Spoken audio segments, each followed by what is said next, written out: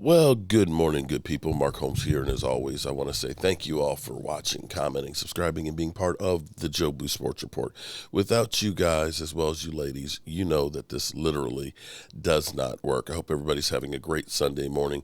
We are dealing with the aftermath that was one of the ugliest preseason games that you have ever seen. I'm not one to go ahead and go overboard because of what happens in preseason, because I've seen the Detroit Lions go 4-0 and proceed to lose every single game during the season. And I've seen teams that play great in Osaka, Japan, literally pimp slapping the 49ers and end up being 5-11.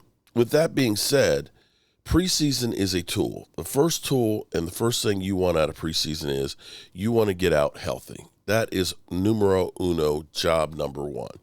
Second thing is you want to start getting some looks at guys to find out who are going to be the players. And I dare say the Dallas Cowboys' Achilles heel has been not so much finding good players, because our frontline players, and you look at the amount of number one draft picks that we've had that got into second contracts, we have done really, really well at finding talents, and not only in first-round draft pick and rookie undrafted free agents. But sometimes you can do so well that you believe your own hype and you believe that we don't need to use the other tools available. And that's where you believe that every pick that you get is going to be a guy that's going to be good. And that's not always the case. Football, drafting, and picking players is a crapshoot. You got a 50-50 chance of them being a bust or being a great player. It's just the reality of it. And sometimes teams will, because they invested draft picks in it, will believe that this has got to be the guy, and we're going to keep forcing it in there until you realize we just wasted a whole bunch of time. The one thing we know about the Cowboys is, and we've had a couple of warning flags already, is when our offensive line is playing, and we're one of the best offensive lines in football, we can go toe-to-toe against anybody. But over and over and over again since Dak Prescott has been the quarterback of the Dallas Cowboys, we've learned the hard way how difficult it is to replace a Tyron Smith. It just is. And can we finally say that the Dallas offensive line is not one of the best offensive lines in football? I am so sick and tired that even last year we had people talking about how great the Dallas Cowboys offensive line was. I'm sorry. The Dallas offensive line for the first 8 games of the season was really good. It was one of the better ones. But after that time, they went to shit. There's no ifs, ands, or buts about it. The offensive line was horrendous, and there was nothing that you could say good about him. From the time Tyron Smith hurt his ankle and was in and out of the lineup, we ended up playing musical chairs with the offensive line. We took a guy who was playing great in Terrence Steele on the right side, and he looked lost. A lot of the time, he was on the left. We ended up taking Connor Williams for Connor McGovern. Connor McGovern couldn't get to the second level. And Tyler Badish has not played as great as we would have liked. He is truly no Travis Frederick. And so herein lies the problem.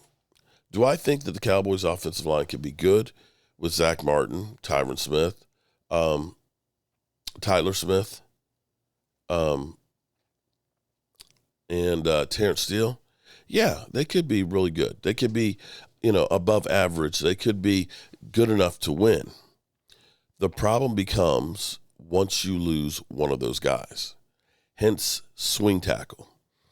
Now, I'm not going to throw shade on people, but what I saw last night, and again, it's only the first preseason game of Josh Ball, which technically this is really like his rookie season because he hurt his ankle last year in preseason and went on injury reserve. He came on the 21-day window in December, but never got back onto the field. This, in essence, is his rookie season. And if Tyron Smith, who we've seen limp on the field, hurting that same ankle a little bit, just they're going to get him some rest and things. If that's not a foreshadowing or a warning sign or a check engine light, I don't know what is. So you have to say, okay, we know we're good with Tyron Smith when he's healthy, but we know that chances are he will miss some time. He has every year the last 6 years. So what is the plan B? If your plan B is Josh Ball, then there is no pan. This is, at the moment, looking like Chaz Green 2.0. People will say Matt Lewinsky, but we're looking at Matt Lewinsky might be going the Josh Ball route and maybe a redshirt season, who may have to have surgery. And this is where the Cowboys are penny wise and pound foolish. They're always trying to save money and, well, we believe in our own guys. Okay, we've looked at our own guys on the offensive line. We know we are in the shallow pool when it comes to backups. And I get it. I don't want the Ty Nasekis and, the afterthought offensive linemen. This is one of those times where you look at it and say, my God, we're paying Dak Prescott $40 million a year. We've got good running backs. We need some help to make sure we keep our quarterback upright. And we need to be able to run the football. Maybe that $19.8 million, maybe we should invest a little bit of that in getting a sound offensive swing tackle. A guy who has starting capability. Because as I look at the landscape of the NFC right now, you can't tell me that Green Bay isn't going to take a step back without Devontae Adams. You can't tell me that Tom Brady taking 10 days off in training camp, that maybe his desire isn't there the same way, and that the players that he has on the roster aren't as good as what they had the past 2 years. As I look at the 49ers, do we really believe that they're going to have back-to-back good seasons? Because they usually don't. And the Rams, with Matthew Stafford with the mysterious tendonitis, do we think that they're going to be the first team to repeat since the 2004 season? To me, there's opportunities out there where you have to look at it and say, you know what, maybe we don't have to be all in on the chips, but maybe we should at least, risk a little bit here to get into the game. And this is on Stephen Jones and Jerry Jones, who, as Jerry always says, if I knew that writing a check would get me the Super Bowl, how would we know? Because you're not writing that check to try. And I dare say that if and when Tyron Smith goes down, that if you invested in a guy who can pick up the slack, maybe not as good as Tyron Smith, but close, that it'll pay dividends, especially late in the season. And if they don't, there's no place to point. Don't point at Dak Prescott. Don't point at Mike McCarthy. Don't point at Kellen Moore. Point right at the person who's responsible for making sure that we have all the tools and all the weapons that we need to succeed. You can't go to war having a great gun and no bullets to put in the chamber. It doesn't work. You got to have the ammunition to fire the weapon.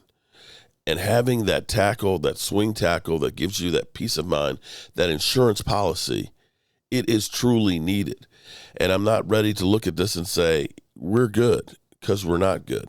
Now, maybe the plan is they want to get Tyler Smith as much work as he can as a second rep, and he's going to be the plan B for Tyron Smith, and that Connor Williams is going to be the starting guard. I don't know.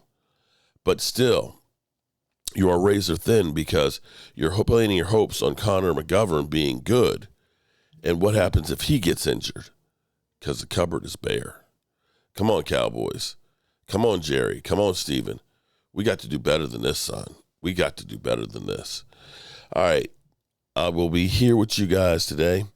I'm definitely feeling under the weather today, and it's all good. About the same as I was yesterday. I feel like my head's in a vice, and my throat is killing me. But we will be doing our live stream at 5 o'clock this evening, and I hope to see you there. Peace.